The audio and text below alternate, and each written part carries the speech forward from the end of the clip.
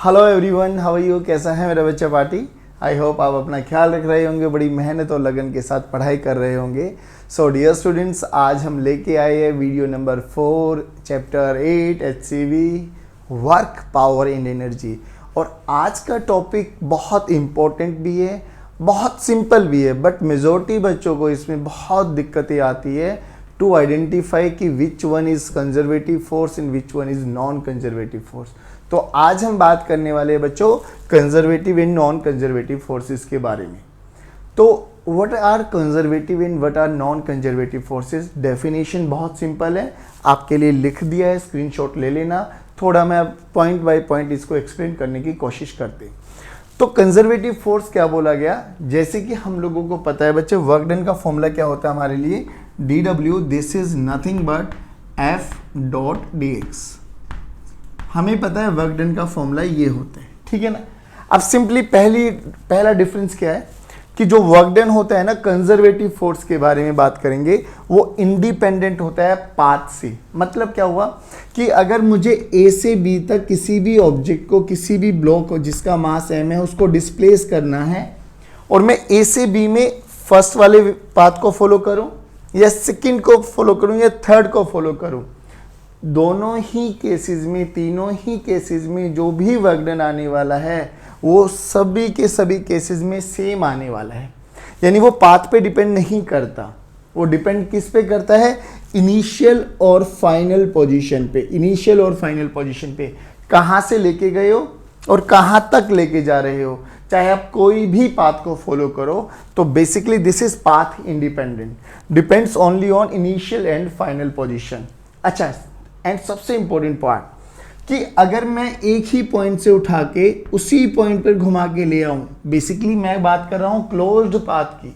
देखो, जहां से स्टार्ट किया A से B पे गए, B से वापसी A पर आ गए, किसी भी पाथ के थ्रू आ जाइए, क्योंकि ये पाथ पे तो डिपेंड करता नहीं है। तो क्लोज्ड पाथ में जो वर्क डन होगा ना बच्चों, वो हमेशा क्या होगा? 0। ये कुछ पॉइंट्स हैं, अभी इनको याद कर लीजिए, बाद में इनको एक्सप्लेनेशन देने वाले with the help of numericals आपको अच्छा लगने वाला है। बात समझ में आई?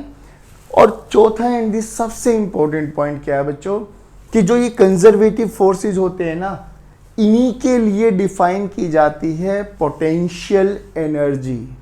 याद करो, हम लोगों ने 9th स्टैंडर्ड में पोटेंशियल एनर्जी का फॉर्मूला पढ़ा था, mgh, है ना।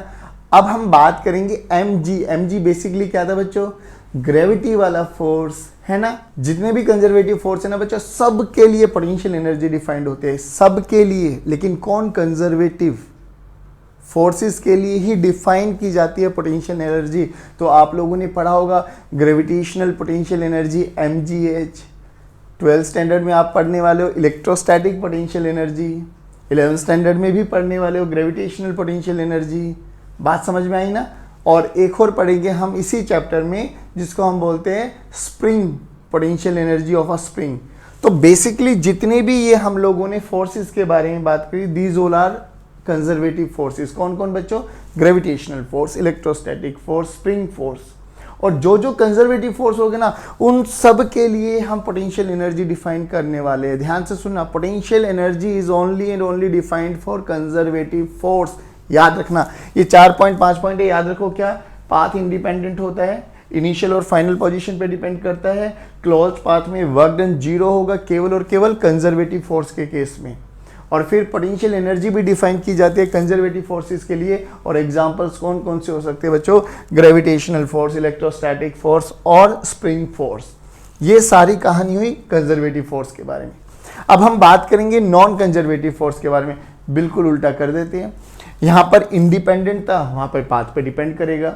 यानी A से B तक जाने के लिए यहाँ तीनों ही पाथ का वर्क डन सेम आया था, लेकिन यहाँ पर ऐसा नहीं होने वाला। एक का अलग आएगा, दूसरे का अलग आएगा, तीसरे का अलग आएगा। डिपेंड करेगा कि आपने कितना पाथ को, कौन से पाथ को फॉलो करके आप B तक पहुँचे हो। फिर डिपेंड्स ऑन पाथ हो गया। थर्ड, कि work done in a closed path is not 0। अब आपके मन में एक ख्याल आ रहा होगा, एक क्वेश्चन उठ रहा होगा कि सर वर्क डन का तो फॉर्मूला F.dx होता है, और अगर हम क्लोज्ड पाथ में आ गए तो A से A तक पहुंचे तो डिस्प्लेसमेंट तो 0 हुआ सर। तो डिस्प्लेसमेंट जीरो हुआ तो वर्क डन जीरो होना चाहिए सर, लेकिन आपने यहाँ पे लिखा है कि वर्क डन जीरो नहीं होगा।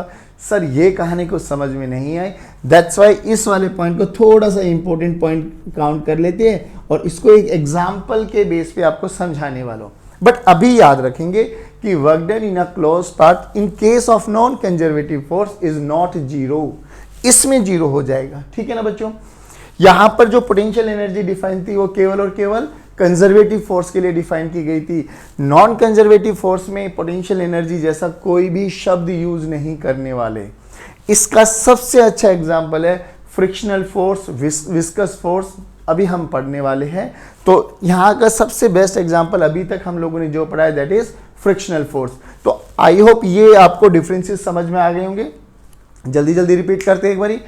Conservative, non conservative, path independent, path dependent, depends on initial and final position, ये पूरा पाथ पे डिपेंड करने वाला है। किसी भी पॉइंट पर चले जाओ, कहीं से लेके कहीं तक, इनिशियल और फाइनल पोजीशन में किसी भी पाथ को फॉलो करो, सभी पाथ्स में वर्क डन सेम आने वाला है। बट यहाँ पर ऐसा नहीं होने वाला। फिर बात क्या की थी कि एक क्लोज्ड पाथ में अगर हम कंजर्वेटिव फोर्स के बारे में बात करें तो वर्क डन जीरो हो जाएगा, इसमें जीरो नहीं होगा। थोड़ा सुनने में अजीब लग रहा है बट प्रूव करके दिखाऊंगा, टेंशन नहीं लेना। पोटेंशियल एनर्जी कंजर्वेटिव फोर्स के लिए डिफाइन की जाती है, यहाँ पर पोटेंशियल एनर्जी जैसा कोई भी शब्द यूज नहीं करने वाले। And the last example of conservative force, gravitational force, electrostatic force, spring force, frictional force, viscous force. बात समझ में आई बच्चों?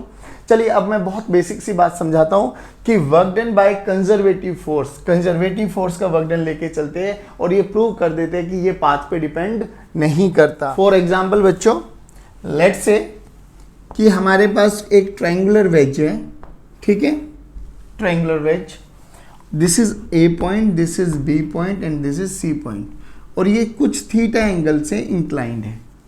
यहां पर एक ब्लॉक रखा हुआ है जिसका मास है m और A टू C का डिस्टेंस हमें गिवन है लेट्स से L, ठीक है।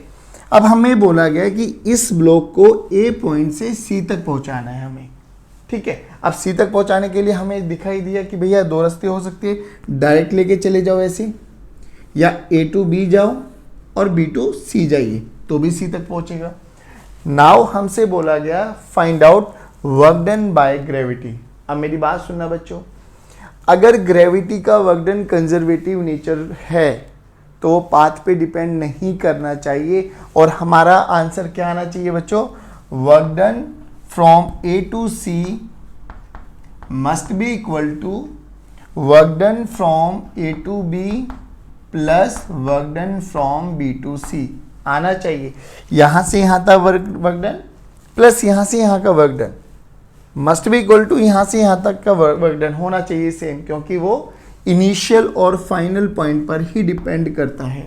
चलिए अब ये बताइए बच्चों, ग्रेविटी किधर लगेगा? सर ये तो अभी तक पढ़ते आए कि ग्रेविटी तो m इंटू जी नीचे लगने वाला है, ठीक है ना। अब A टू B में वर्क डन का फॉर्मूला देखना बच्चों। वर्क डन का फॉर्मूला क्या होता है? जो कि हमारे पास m कांस्टेंट है, g कांस्टेंट है, तो ये वाला फोर्स एक कांस्टेंट फोर्स हो गया बच्चों। Force is constant. अगर फोर्स कांस्टेंट है तो मैं डायरेक्ट फॉर्मूला यूज कर सकता हूं कि work done is nothing but F dot x। अगर मैं A टू C आ रहा हूं तो कितना डिस्प्लेसमेंट हुआ बच्चों? L, ठीक है ना। देखना ध्यान से, ये डिस्प्लेसमेंट हुआ बच्चों हमारे पास और ये हमारे पास फोर्स लगा, F इधर x इधर, ये 90 डिग्री, ये थीटा डिग्री, तो F और x के बीच में एंगल कितना हुआ बच्चों? 90 प्लस थीटा। तो F x cos of 90 plus theta, ये बच्चों वर्क डन हुआ फ्रॉम A टू C। अब बच्चों ध्यान से सुनो, ये cos आ गया 90 प्लस थीटा, हमें पता है cos 90 पे साइन में कन्वर्ट हो जाता है, लेकिन 90 प्लस थीटा यानी सेकंड क्वाड्रेंट, और सेकंड क्वाड्रेंट में cos कैसा होता है? नेगेटिव, क्योंकि हमें पता है बच्चों ASTC after school to college, sine और कॉसिकेंट ही पॉजिटिव रहेंगे सेकंड क्वाड्रेंट में, तो cos क्या हो जाएगा? नेगेटिव। तो आंसर क्या है बच्चों? माइनस आया क्योंकि cos 90 प्लस थीटा है। F x और cos 90 प्लस थीटा किस में कन्वर्ट हो गया बच्चों, साइन थीटा। लीजिए अब x कितना डिस्प्लेस हुआ, यहां से यहां कितनी लेंथ है l, तो वर्क डन कितना आया बच्चों, minus F L sine theta, और f की वैल्यू क्या है बच्चों, m इंटू जी, तो minus M G L sine theta. ये आ गया work done from A to C. चलिए अब work done from A to B देखते हैं। ए टू बी में बच्चों मान लो कि ये एल है, तो एल का ये कंपोनेंट कितना हो जाएगा बच्चों, this is L cos theta, और ये कंपोनेंट कितना हो जाएगा बच्चों, एल साइन थीटा। ये तो हमें पता है ना भैया, ये लेंथ है तो लेंथ का ये कंपोनेंट कितना हो जाएगा, एल कोस थीटा, और ये वाला एल साइन थीटा। अब देखना एल कोस थीटा यानी डिस्प्लेसमेंट हुआ ये, और इस पे फोर्स लग रहा है एम इंटू जी नीचे। बताइए फोर्स और डिस्प्लेसमेंट में कितना वर्क डन बच्चों, 0, क्योंकि थीटा की वैल्यू 90 डिग्री है, तो work done from A to B कितना हुआ, 0। अब सुनो ध्यान से, मुझे बी से सी तक जाना है, तो work done from B to C देखिए क्या हुआ बच्चों। अब बच्चों जब ऊपर लेके आएंगे तो डिस्प्लेसमेंट तो ऊपर है, लेकिन एम जी तो नीचे एक्ट करने वाला है, तो डिस्प्लेसमेंट ऊपर है, फोर्स नीचे है, दोनों में देखो एंगल कितना है बच्चों, 180 डिग्री। तो वर्क डन कितना हो गया बच्चों, एफ एक्स कोस 180 डिग्री। एफ की वैल्यू कितनी है बच्चों, एम जी। एक्स डिस्प्लेसमेंट कितना हुआ बच्चों, ये वाला फैक्टर एल साइन थीटा, यानी एल साइन थीटा, और कोस 180 कितना होता है बच्चों, -1। कितना होता है बच्चों, -1। अब ध्यान से देखो, work done from A to C कितना आया, minus M G L sine theta. Work done A to B कितना आया, 0। बी टू सी कितना आया, minus M G L sine theta, और ये भी कितना आया था, M G L sine theta. ये भी नेगेटिव, ये भी नेगेटिव आया ना वर्क डन से। तो हम ये कहना चाह रहे हैं कि चाहे किसी भी रास्ते से लेके जाए, जो वर्क डन होगा बाय कंजर्वेटिव फोर्स, वो केवल और केवल इनिशियल और फाइनल पोजीशन पर ही डिफाइन होने वाला है, डिपेंड करने वाला है, दैट्स इट। उसको कोई फर्क नहीं पड़ने वाला, आप कोई भी रास्ता लेके चलो। हमें पता लग गया कि भैया शॉर्टकट यही है, तो डायरेक्ट इसके लिए ले आओ। जो भी पाथ को आपको लगता है ना कि इस वाले पाथ से हम इजीली अप्रोच कर सकते हैं वर्क डन, वो वाला पाथ निकालो, बाकी सभी पाथ के थ्रू सेम वर्क डन आने वाला है। हमें पता था यहाँ से वर्क डन निकालना ईजी है, तो डायरेक्ट ये निकाल दो। आपको लग रहा है नहीं सर ये और भी ईजी है, तो इससे निकाल दो, one and the same thing, हमें कोई भी इशू नहीं होने वाला। चलिए बच्चों, तो हम लोगों ने अभी देखा है कि work done is independent of the path if force is conservative in nature. अब सेकंड केस और कर लेते हैं कि क्या एक क्लोज लूप में, क्लोज पाथ में वर्क डन 0 होगा, क्या होना चाहिए, क्योंकि डिस्प्लेसमेंट 0 होता है। कंजर्वेटिव के केस में देखेंगे, देखिए फॉर एग्जांपल ये कोई भी एक ब्लॉक है जिसका मास m है, इस पे ग्रेविटी नीचे लग रहा है बच्चों, ठीक है। हम इसको एक बार h हाइट तक लेके गए ऊपर और फिर नीचे लेके आए, तो ठीक है ना, क्लोज पाथ हो गया ना। तो ऊपर जाने में कितना वर्क डन हुआ बच्चों, देखना h हाइट, तो डिस्प्लेसमेंट ऊपर है, फोर्स नीचे है, दोनों एक दूसरे के ऑपोजिट है, थीटा 180 डिग्री हो गया, यानी x और f में एंगल कितना हो गया बच्चों, 180 डिग्री। तो वर्क डन कितना हो गया बच्चों, इसको a बोल देते हैं, इसको b बोल देते हैं। Work done from a to b कितना हुआ, -mgh, ठीक है भैया। mg नीचे लग रहा है, h ऊपर लग रहा है, cos 180 माइनस।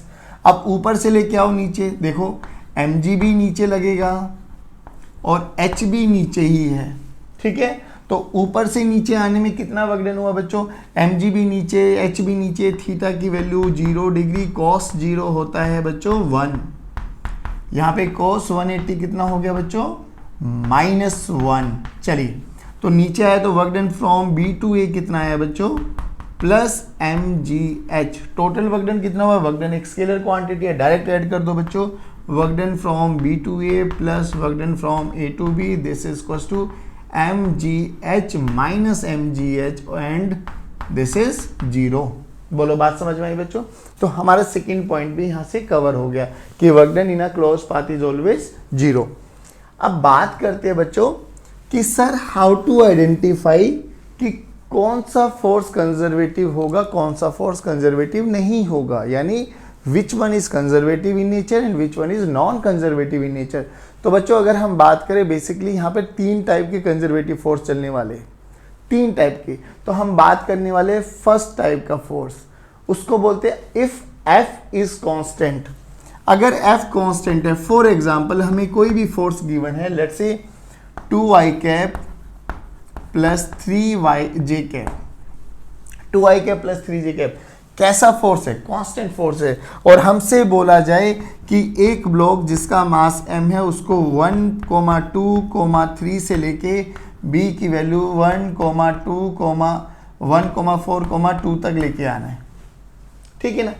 तो बेसिकली हमें इस ब्लॉक को a से लेके b तक लेके आना है, तो ये हमारा डिस्प्लेसमेंट वेक्टर हो गया बच्चों। This is your r vector या you can say x vector, जो भी आपको कहना है। Since force is a constant, force is constant है,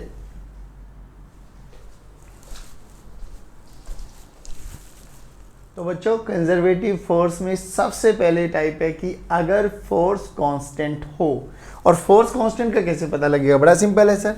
मान लेते हैं बच्चों हमारे पास F जो है ना वो 2i प्लस 3j कैप है, देख लीजिए टाइम चेंज होता रहेगा, फोर्स चेंज नहीं होने वाला, वो x एक्सिस में 2 न्यूटन ही लगने वाला है और y एक्सिस में 3 न्यूटन ही लगने वाला है, दैट्स इट।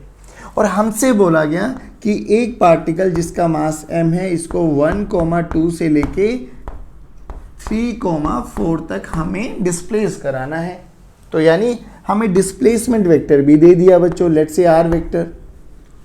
फोर्स कांस्टेंट है बच्चों, तो या तो डायरेक्ट डॉट प्रोडक्ट निकाल लीजिए जो कि फोर्स कांस्टेंट है, तो हम F dot x direct use कर सकते हैं।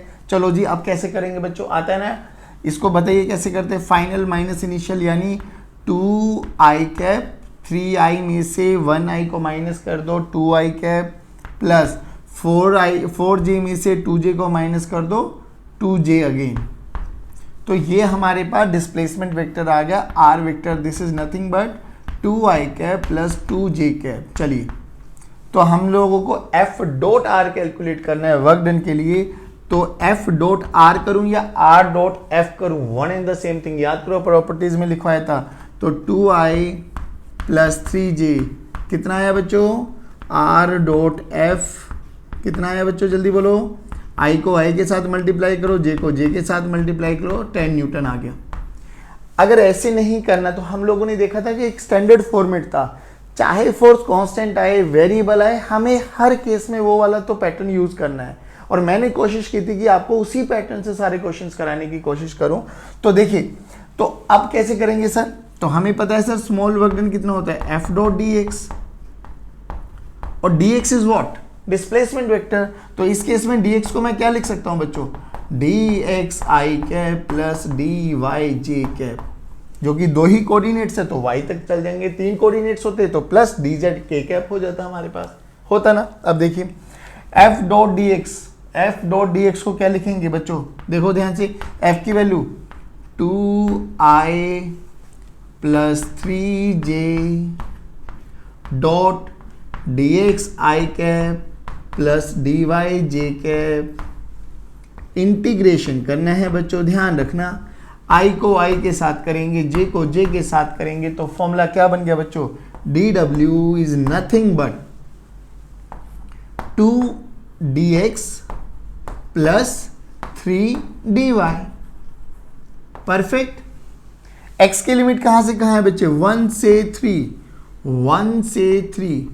y की लिमिट कहां से कहां है बच्चों, 2 to 4, 2 to 4। चलिए अब इंटीग्रेशन आता है हमारे पास, work done this is equal to dw का integration w, this is equal to 2dx का 2 कांस्टेंट x, लिमिट कहां से कहां है बच्चों, 1 to 3 प्लस 3dy का 3 इंटू dy का y, लिमिट कहां से कहां है बच्चों, 2 to 4। चलिए अब तो आता है हम लोगों को, आइए बच्चों, 2 into upper limit minus lower limit plus 3 into upper limit minus lower limit, 2 2 जा 4 प्लस 2 3 जा 6, this is equal to 10 joule. ये कितना है बच्चों वर्क डन, 10 जूल। बोलो आया नहीं समझ में। तो सबसे पहला केस है कि अगर हमारे पास फोर्स ही कांस्टेंट है तो समझ लेना वो कंजर्वेटिव है। कंजर्वेटिव है तो देखो हमको पहली बात कहां से कहां लेके आ रहे थे, उस पाथ का कोई भी जरूरत नहीं थी, हमें तो केवल और केवल उन पॉइंट्स के बारे में डिस्कस करना था कि कहां से चले हो और कहां तक आपको पहुंचना है, किस रास्ते से जाना है, इट डजंट मैटर। तो कंजर्वेटिव फोर्स में यही सबसे इंपॉर्टेंट बात है कि हमें इनिशियल और फाइनल पॉइंट्स पता होने चाहिए, दैट्स इट। बात समझ में आ गई। चलिए अब हम बात करते हैं कि सेकंड फॉर्मेट कौन सा होता है सर। तो 3 फॉर्मेट है। First format force is constant, तो कंजर्वेटिव। सेकंड फॉर्मेट के बारे में डिस्कस करते हैं। तो सेकंड टाइप ये है बच्चों कि अगर हमें फोर्स इस टर्म में गिवन है, यानी I के साथ x की टर्म्स गिवन है, J के साथ y की टर्म गिवन है और K के साथ Z की टर्म्स गिवन है। For example x square I cap plus Y J cap plus Z square K cap, it may be any terms, लेकिन होना क्या चाहिए था I के साथ x, J के साथ y और K के साथ Z अगर गिवन है तो अब देखिए सिमिलरली वही बोला गया कि 0,0 से 2,4 तक लेके जाइए। फिर वही डिस्प्लेसमेंट वेक्टर हमें गिवन है बच्चों r वेक्टर, डन है। तो अब हम दोबारा क्या करेंगे, dw this is nothing but f dot dx, और dx वेक्टर को क्या लिख सकते हैं बच्चों, dx i cap plus dy j cap, ठीक है ना। f वेक्टर ये रहा हमारे पास, f क्या है बच्चों हमारे पास x square i cap plus Y J cap. चलिए f डॉट dx कर देते हैं हम लोग, तो क्या है बच्चों यहाँ से हमारे पास x square dx plus y D y. चलिए ये कौन हुआ बच्चों, dw। तो dw कितना है बच्चों, जल्दी बोलेंगे, x square dx plus y D y. ध्यान से देखो बच्चों, इंटीग्रेशन बहुत इजी है। क्या अभी भी आपको इसका इनिशियल और फाइनल पॉइंट्स के बीच में ही बात करनी है? यस, किसी भी रास्ते से जाए हमें नहीं पता, क्योंकि यहाँ पर हमें x की लिमिट रखनी है, यहाँ पे हमें y की लिमिट रखनी है। इनिशियल 0, फाइनल 2, इनिशियल 0, फाइनल 4 रखो एंड आंसर आ गया हमारे पास। तो वर्क डन अगेन कितना है बच्चों, x की power 3/3 0 to 2 plus y square by 2 0 to 4। चलिए जल्दी करते हैं बच्चों। तो ये 1/3 इंटू 8 प्लस 1/2 इंटू 16, ये 8 कैंसिल आउट हो गया बच्चों। ये 8/3 प्लस कितना बचा बेटे 8, एलसीएम ले लेते हैं तो 32/3 जूल लीजिए। लेकिन यहाँ से हमें एक चीज़ और समझ में आई बच्चों कि सर इस क्वेश्चन में भी हमारा जो वर्क डन था ना वो केवल और केवल इनिशियल और फाइनल पॉइंट के बीच में ही डिफाइन है, बस उन्हीं पे डिपेंड करता है। बाकी किसी भी रास्ते से लेके जाओ, अगर उसका स्टार्टिंग है और टर्मिनेटिंग है, तो चाहे मैं ऐसे लेके जाऊं, चाहे मैं ऐसे लेके जाऊं, चाहे मैं ऐसे लेके जाऊं, वर्क डन तो अभी भी 32/3 जूल ही आने वाला है। आई होप ये समझ में आया होगा बेटे। सेकेंड फॉर्मेट कि अगर हमारे पास f के साथ x का फंक्शन, i के साथ x का फंक्शन है, j के साथ y का फंक्शन है और k के साथ z का फंक्शन है, तो हम लोगों को कोई दिक्कत नहीं आने वाली। बट अब क्वेश्चन आता है कि सर अगर फोर्स चेंज हो जाए कैसे। मान लेते हैं कि हमारे पास i के साथ x का फंक्शन ना हो के y का फंक्शन आ जाए, या x y दोनों का फंक्शन आ जाए। सिमिलरली j के साथ y का फंक्शन ना हो के x का फंक्शन आ जाए।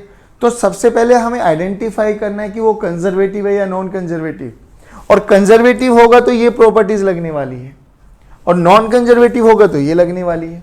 बात समझ में आई। अभी तक हम लोगों ने 2 टाइप तो पढ़ लिया कि फोर्स कांस्टेंट होगा तो भी कंजर्वेटिव, और फोर्स अगर इस टाइप में आ जाता है i के साथ x का फंक्शन, j के साथ y का फंक्शन और k के साथ z का फंक्शन, तो भी फोर्स कंजर्वेटिव ही नेचर ही रहने वाला है। बट बात यह है कि अगर चेंज हो जाए तो, और हमसे इसी वाले फोर्स को भी देख के बोला गया है कि check whether this is conservative और नॉन कंजर्वेटिव, तो हम कैसे चेक करेंगे। तो चेक करने का बहुत ही सिंपल सा फंडा है बच्चों, जिसको हम बोलते हैं पार्शियल डिफरेंशिएशन। सुना, अभी तक हम लोग ने डिफरेंशिएशन किया था, अब हम बात करने वाले हैं पार्शियल डिफरेंशिएशन की। ये क्या होता है अभी समझाता हूँ।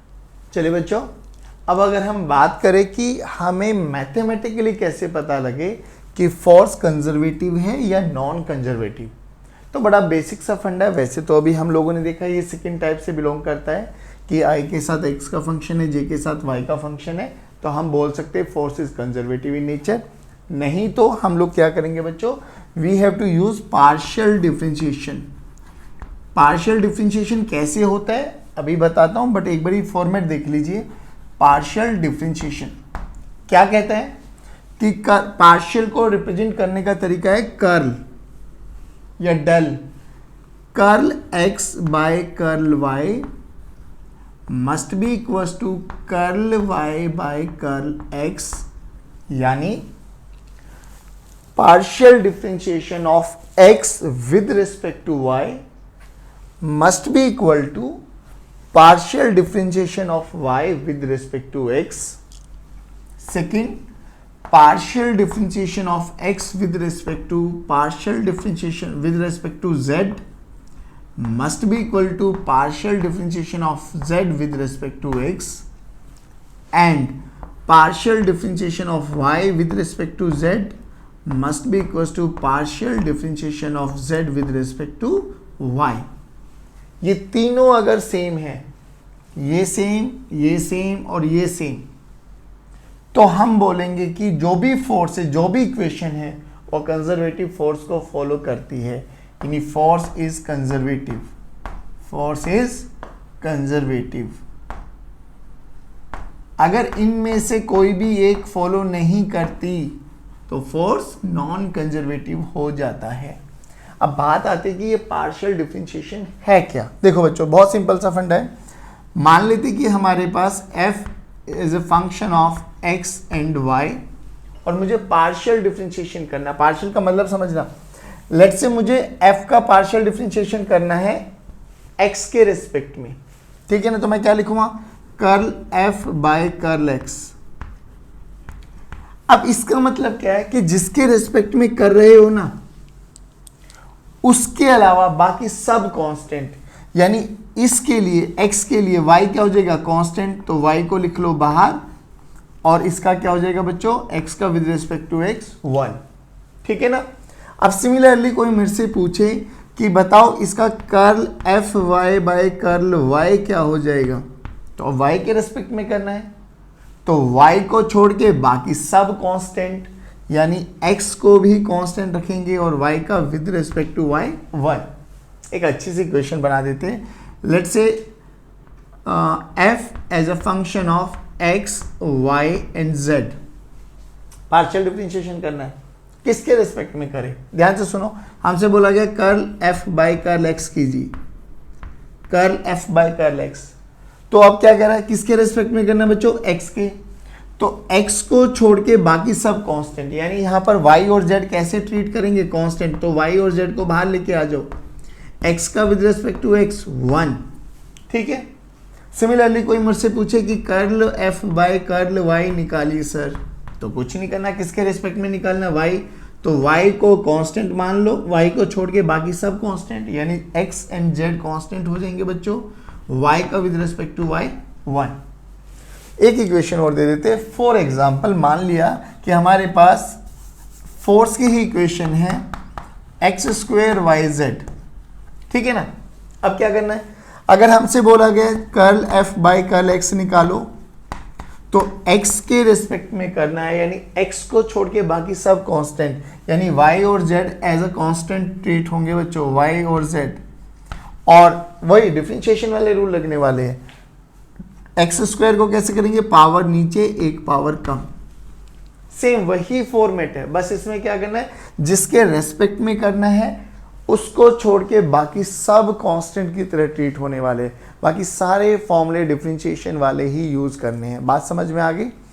अगर अब हमें क्या बोला गया कि अगर हमारा फॉर्मेट ऐसा है, या you can say f vector is given as f x i cap plus f y J cap plus f z k cap, ठीक है बच्चों, ठीक है। तो ये इक्वेशन किस में कन्वर्ट हो जाएगी, curl F x by curl y, ठीक है, must be equal to curl F Y by curl x, ठीक है। सिमिलरली इसमें क्या बन जाएगा बच्चों, curl F x by curl z must be equal to curl f z by curl x, ठीक है, कंफ्यूज मत होना बिल्कुल भी। सिमिलरली ये इक्वेशन क्या बन जाएगी बच्चों, curl F Y by curl z must be equal to curl f z by curl y, लीजिए। और आई कोफिशिएंट के साथ जो भी होगा वो एफ एक्स डिनोट किया जाएगा, जे के साथ जो भी होगा वो एफ वाई रिप्रेजेंट किया जाएगा, एंड सिमिलरली के साथ जो भी होगा वो एफ जेड रिप्रेजेंट किया जाएगा। बात समझ में आई बच्चों? चलिए अब जल्दी जल्दी इसका मुझे करके दिखाइए कि अगर मुझे curl f by curl y करना है तो जल्दी बताइए क्या करूंगा। तो क्या हो गया सर, y को छोड़ के बाकी सब कांस्टेंट, यानी अब एक्स स्क्वायर भी कांस्टेंट हो जाएगा और z भी कांस्टेंट हो जाएगा। y का विद रिस्पेक्ट टू y कितना हो जाएगा बच्चों, 1, ठीक है। चलिए जल्दी जल्दी, curl f by curl z क्या हो जाएगा सर, एक्स स्क्वायर y और z का विद रिस्पेक्ट टू z 1। तो फॉर्मूला वही डिफरेंशिएशन वाले लगाने हैं, बट याद क्या रखना है, जिसके रेस्पेक्ट में कर रहे हो उसको छोड़ के बाकी सब कांस्टेंट। बात समझ में? और फिर अगर ये इक्वेशंस बराबर है, इक्वेशन नंबर 1 इक्वल है, ये बराबर है और ये बराबर आ गई है हमारे पास, ठीक है ना, ये सेम आ रहा है, ये सेम आ रहा है और ये सेम आ रहा है। अगर ये आपस में सेम आ रहे हैं तो हम क्या बोलेंगे कि कंजर्वेटिव है, नहीं आया तो कंजर्वेटिव नहीं है। इन तीनों में से कोई भी एक इक्वेशन सेटिस्फाई नहीं करती तो नॉन कंजर्वेटिव। तीनों इक्वल आ रही है, ये दोनों बराबर आ रही है, ये दोनों बराबर आ रही है और ये दोनों बराबर आ रही है, तो हम बोल देंगे कि force is conservative in nature. अब चलिए इससे रिलेटेड कुछ बेसिक्स न्यूमेरिकल करते हैं। आई होप ये वाला पैटर्न आपको क्रिस्टल क्लियर हो गया होगा। चलिए बच्चों, तो अब हमें दो फोर्स की इक्वेशन गिवन है, एफ वेक्टर बोल देते हैं इसको, ठीक है। हमें ये चेक करना है कि which one is conservative, which one is non conservative. अब देखिए थोड़ा प्रॉब्लम आ गया है, आई के साथ वाई की टर्म आ गई है, जे के साथ एक्स की टर्म आ गई है, बट हमें स्टैंडर्ड इक्वेशन क्या पता है बच्चों, f this is equal to f x i cap plus f y J cap. चलिए एफ एक्स की वैल्यू कितनी होगी बच्चों, 3y, और एफ वाई की वैल्यू कितनी होगी बच्चों, 3x। कंजर्वेटिव के लिए क्या है, curl F x by curl y. याद करने का तरीका दिखा देता हूं, एक बार x को y के रेस्पेक्ट में करो, फिर y को x के रेस्पेक्ट में कर लो, बस, ठीक है। सिमिलरली एक्स वाई हो गया तो अब एक्स जेड चलेगा, कर्ल एफ एक्स को z के रेस्पेक्ट में करो और सिमिलरली z को भी x के रेस्पेक्ट में कर दो। अब कौन बचा बोलो, देखिए x y z, x को y के साथ किया, x को z के साथ किया, तो बचा कौन बेटे, y और z। तो अब y को करो, curl F Y by curl z must be equal to curl f z by curl y। Done है ना। चलो अब देखिए यहाँ पे y की तो टर्म नहीं है तो 0 के कैप, परफेक्ट। चलिए आइए अब क्या करना है हमें, F X, this is F X को y के रेस्पेक्ट में करना है, तो क्या बना बच्चों, curl F x by curl y, this is equal to 3 constant y का विद रेस्पेक्ट टू y क्या बना बच्चों, 1। चलिए अब इसको देख लीजिए, curl F Y by curl X, 3x, 3 constant और x का विद रिस्पेक्ट टू x 1। देखिए दोनों बराबर आ गए तो ये कंडीशन तो सेटिस्फाई हो गई, ठीक है ना, कंडीशन सेटिस्फाई। अब आओ curl F x by curl z, लेकिन z की तो टर्म ही नहीं है, तो z की टर्म नहीं है तो ये तो 0 हो जाएगा, तो इसको भी क्या करेंगे, ये भी 0, ये भी 0, z की टर्म ही नहीं है भाई, तो काहे का डिफरेंशिएशन, और किसके रेस्पेक्ट में डिफरेंशिएशन, तो ये भी जीरो ये भी जीरो, यानी ये भी सेटिस्फाई कर गई ये भी सेटिस्फाई कर गई, तीनों इक्वेशन सेटिस्फाई कर गई। यस, तो this force is conservative in nature, force is conservative. बोलो समझ में आया बच्चों? चलिए अब इसके बारे में बात करते हैं। देखो 3y cap plus 4xj cap, तो यहां से fx कितना बना बच्चों? fx बना 3y और fy कितना बना बच्चों? 4x। चलिए x को y के और y को x के रिस्पेक्ट में करते हैं, यानी first equation curl fx by curl y must be equal to curl fy by curl x।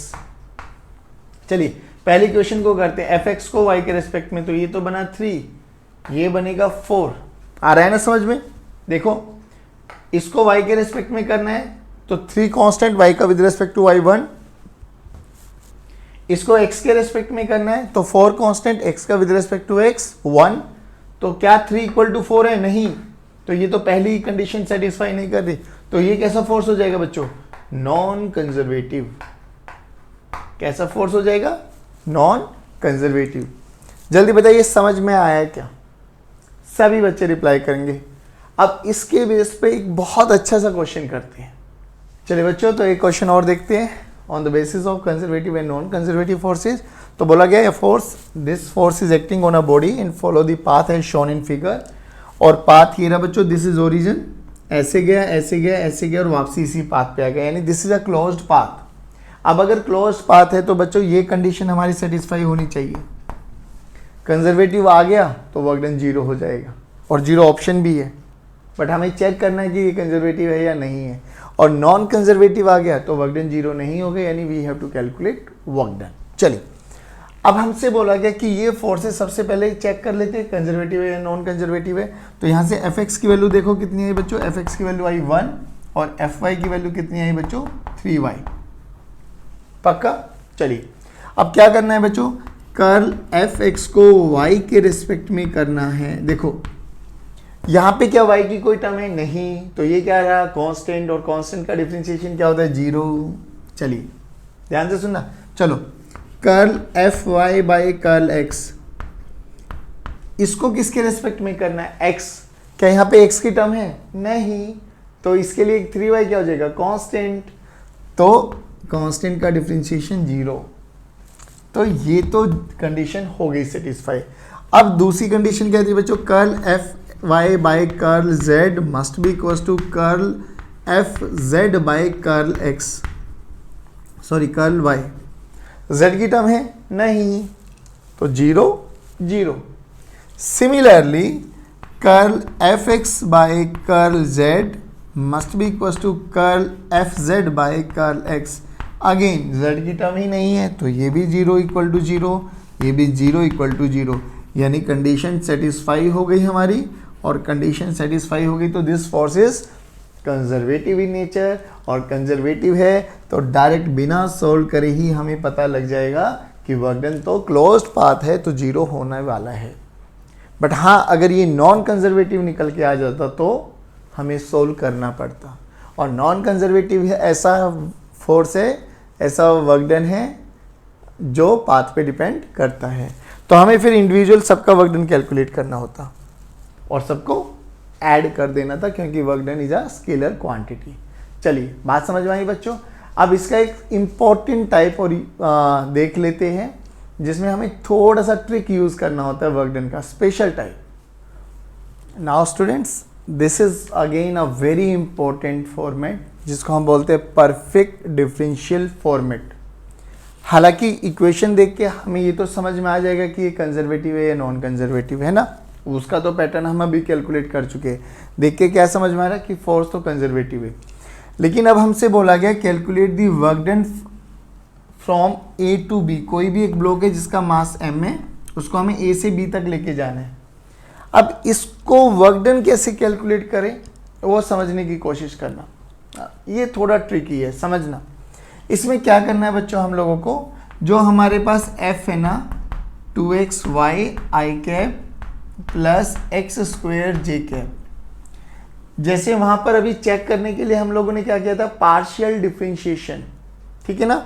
x को y के रेस्पेक्ट में, y को x के रेस्पेक्ट में, x को z के रेस्पेक्ट में, z को x के रेस्पेक्ट में।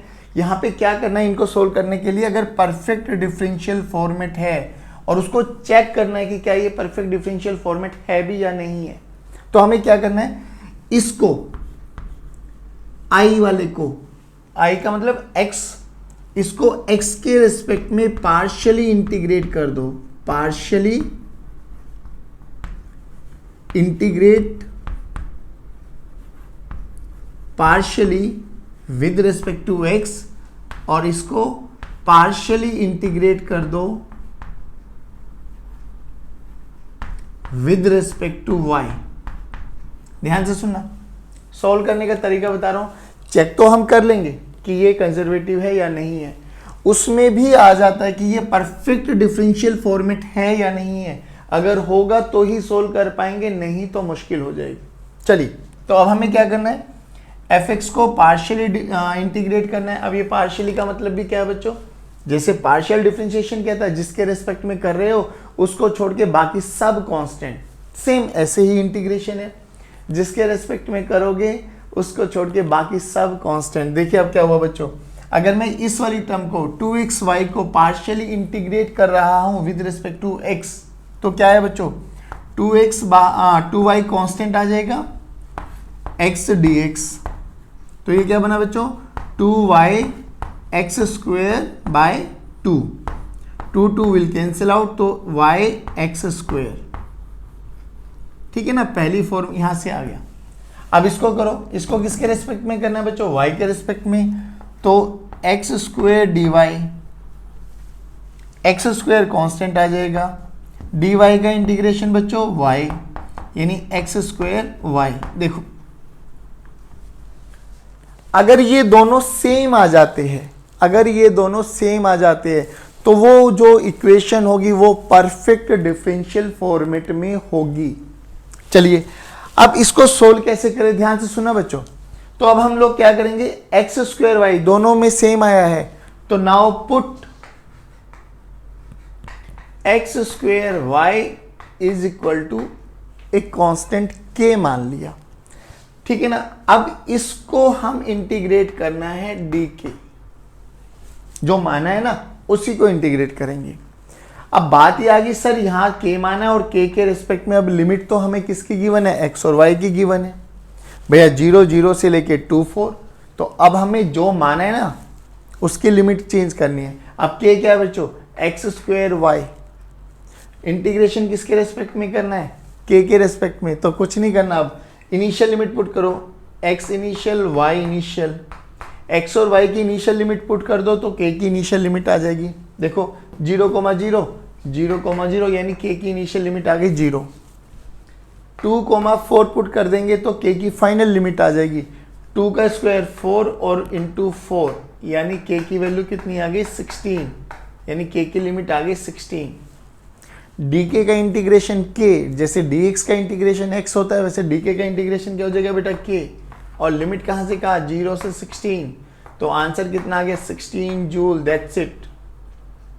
अब बच्चों मेरी बात समझना, हर क्वेश्चन में इस वाले फॉर्मेट से यहां तक पहुंचना हर क्वेश्चन में पॉसिबल हो जाए ऐसा जरूरी नहीं है। हाँ, उसके लिए हमें चेक करना पड़ेगा कि क्या वो परफेक्ट डिफरेंशियल फॉर्मेट में एग्जिस्ट करता है या नहीं।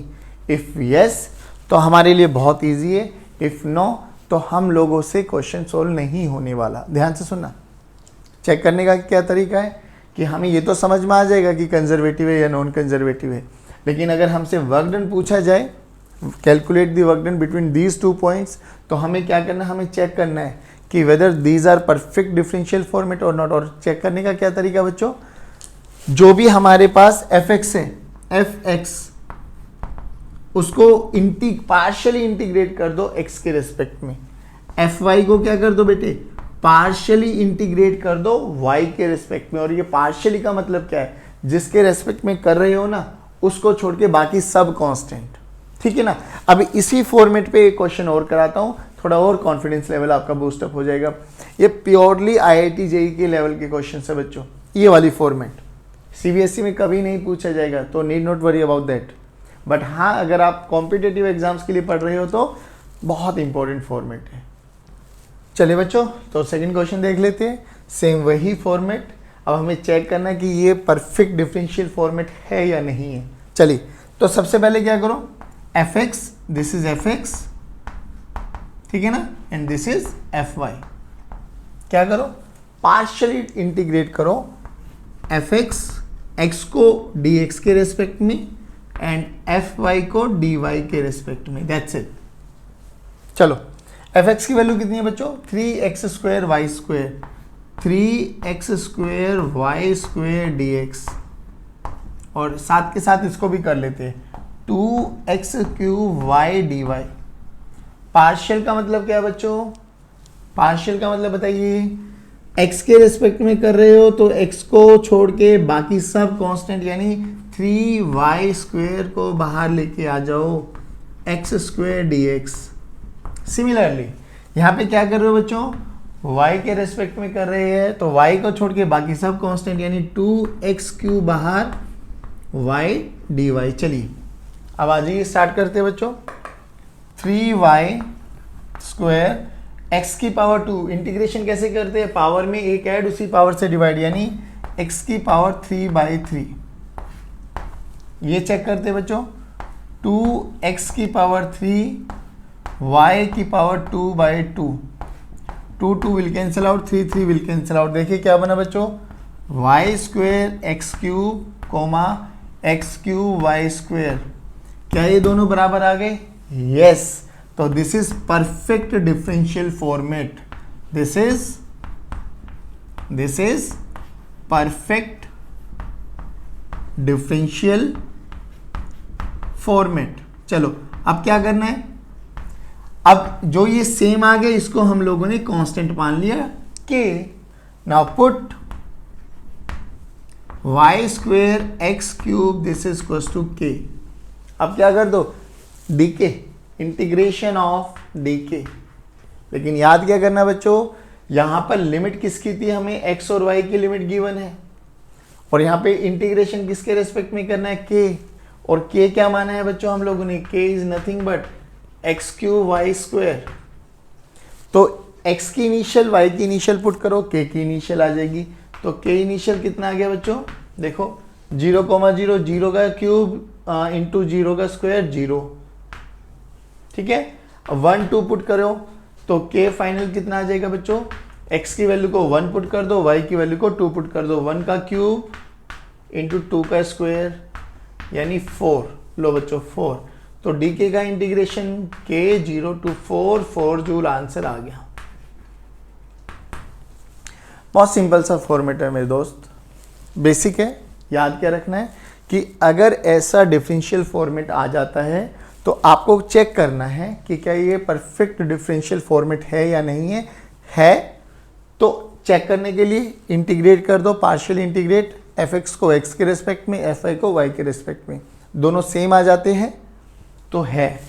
फिर जो सेम आया उसको कुछ भी एक कांस्टेंट मान लो, और कांस्टेंट की लिमिट चेंज कर देना, उसको इंटीग्रेट कर दो, लिमिट के बीच में वर्क डन आ गया हमारे पास। बात समझ में आई? तो तीन फॉर्मेट, आई होप तीनों फॉर्मेट समझ में आ गई होगी। Constant function, F x i cap, F y J cap, F z k cap, और परफेक्ट डिफरेंशियल फॉर्मेट। तो ये तीनों फॉर्मेट थी आपके पास, कंजर्वेटिव वर्क डन को डिफाइन करती है। कोई ना कोई एक टाइप आ जाने वाला है। सीबीएसई के पॉइंट ऑफ व्यू से हम बात करें तो फर्स्ट और सेकंड टाइप ही बहुत ज़्यादा इंपॉर्टेंट है, वहाँ से हमारे पास बहुत सारे न्यूमेरिकल्स आते हैं। लेकिन अगर थोड़ा सा लेवल को हायर करना है तो this is again a very important. फिर एक बार रिवाइज करा देता हूँ कि कोई भी एक फंक्शन गिवन होगा, एफ एक्स को पार्शियली इंटीग्रेट करना है एक्स के रेस्पेक्ट में, एफ वाई को पार्शियली इंटीग्रेट करना है वाई के रेस्पेक्ट में। अगर दोनों टर्म्स, तीसरा भी होता तो पार्शियली इंटीग्रेट करना है जेड के रेस्पेक्ट में। तो दोनों तीनों टर्म अगर सेम आ जाती है तो वो परफेक्ट डिफरेंशियल फॉर्मेट है। अगर है तो जो भी सेम आया है उसको एक कांस्टेंट मान लो, कांस्टेंट की लिमिट चेंज कर देना, इनिशियल और फाइनल के बीच में रख के इंटीग्रेट कर दो, you will get the answer. I hope ये समझ में आया होगा बच्चों। अब हम बात करते हैं कि नॉन कंजर्वेटिव में ये जो इम्पोर्टेंट पॉइंट लिखवाया था कि work done in a closed path, ये जीरो नहीं होता। How it is possible?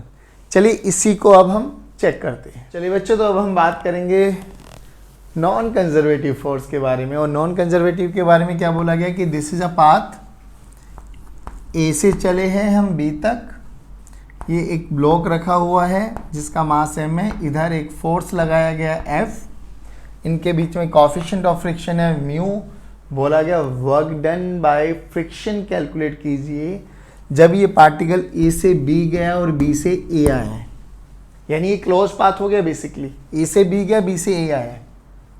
तो कंजर्वेटिव होता तो 0, बट फ्रिक्शन कंजर्वेटिव नहीं है क्योंकि फ्रिक्शन पाथ पे डिपेंड करता है सर, फ्रिक्शन पाथ पे डिपेंड करता है। कम रास्ता चलोगे कम फ्रिक्शन आएगा, ज़्यादा चलना पड़ेगा तो ज़्यादा फ्रिक्शन आ जाएगा। देखिए फॉर एग्जांपल कि अगर हम इसी के बारे में बात कर लेते हैं, तो अगर ये इधर चलेगा तो फ्रिक्शन किधर लगेगा, फ्रिक्शन लगेगा पीछे, देखो फ्रिक्शन पीछे, डिस्प्लेसमेंट आगे, एक्स आगे, तो थीटा की value 180 degree, force and displacement दोनों एक दूसरे के अपोजिट डायरेक्शन में है, तो work done from A to B कितना है बच्चों, माइनस एफ एक्स।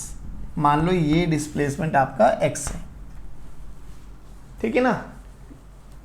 अब बी से आइए, अब बी से आइए, जल्दी बोलो।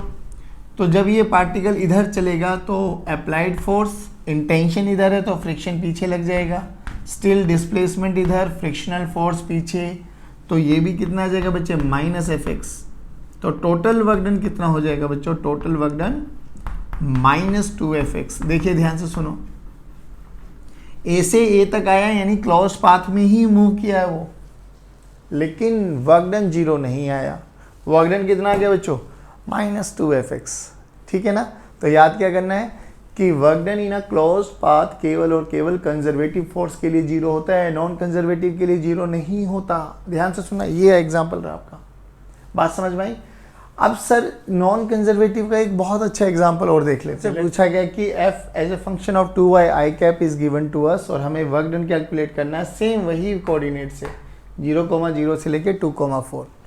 चलो भैया, तो डिस्प्लेसमेंट वेक्टर ये रहा हमारे पास, r वेक्टर, हमें तो वर्क डन कैलकुलेट करना आता है बच्चों। वर्क डन कैसे लिखते हैं, f डॉट डी एक्स, और डी एक्स वेक्टर को हम क्या लिखते हैं बच्चों, जल्दी बोलेंगे, डी एक्स वेक्टर को क्या लिखते हैं, D x i cap plus D Y J cap. ध्यान से रुकना, आई वाला है तो आई को आई के साथ ही मल्टीप्लाई करेंगे तो ही प्रोडक्टिव आने वाला है, क्योंकि आई को जे के साथ करेंगे तो 0।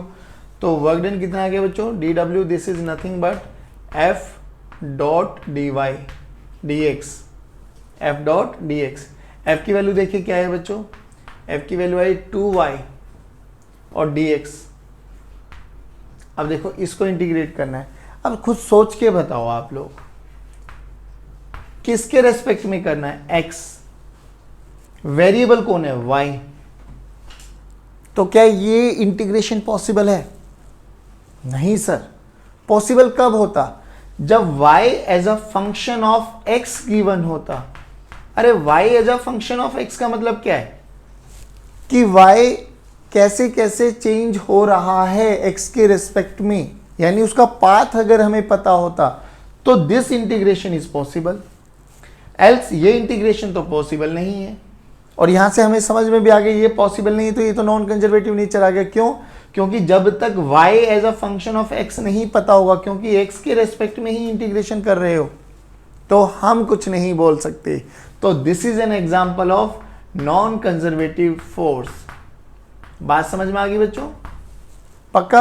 तो मैंने 3 टाइप आपको कंजर्वेटिव के कराए और 1 टाइप मैंने नॉन कंजर्वेटिव का कराया, और दिखाया भी कि ये इंटीग्रेशन तभी पॉसिबल है जब y as a function of x अगर मुझे पता होगा। y as a function of x का मतलब क्या है कि वो किस पाथ को फॉलो करते हुए जा रहा है। अगर मुझे वो पता है तो मैं वर्क डन कैलकुलेट कर सकता हूँ, एल्स वर्क डन कैलकुलेट करना मेरे लिए पॉसिबल नहीं है। तो this is all about today's lecture. I hope आप लोगों ने आज का लेक्चर काफ़ी इंजॉय किया होगा, और आई होप बहुत सारे कॉन्सेप्ट आपके क्लियर हुए होंगे regarding conservative and non conservative. तो खाली डेफिनेशन रट के नहीं बैठ जाना, पाथ पे डिपेंड करेगा, पाथ पे इंडिपेंडेंट होगा एंड सो ऑन।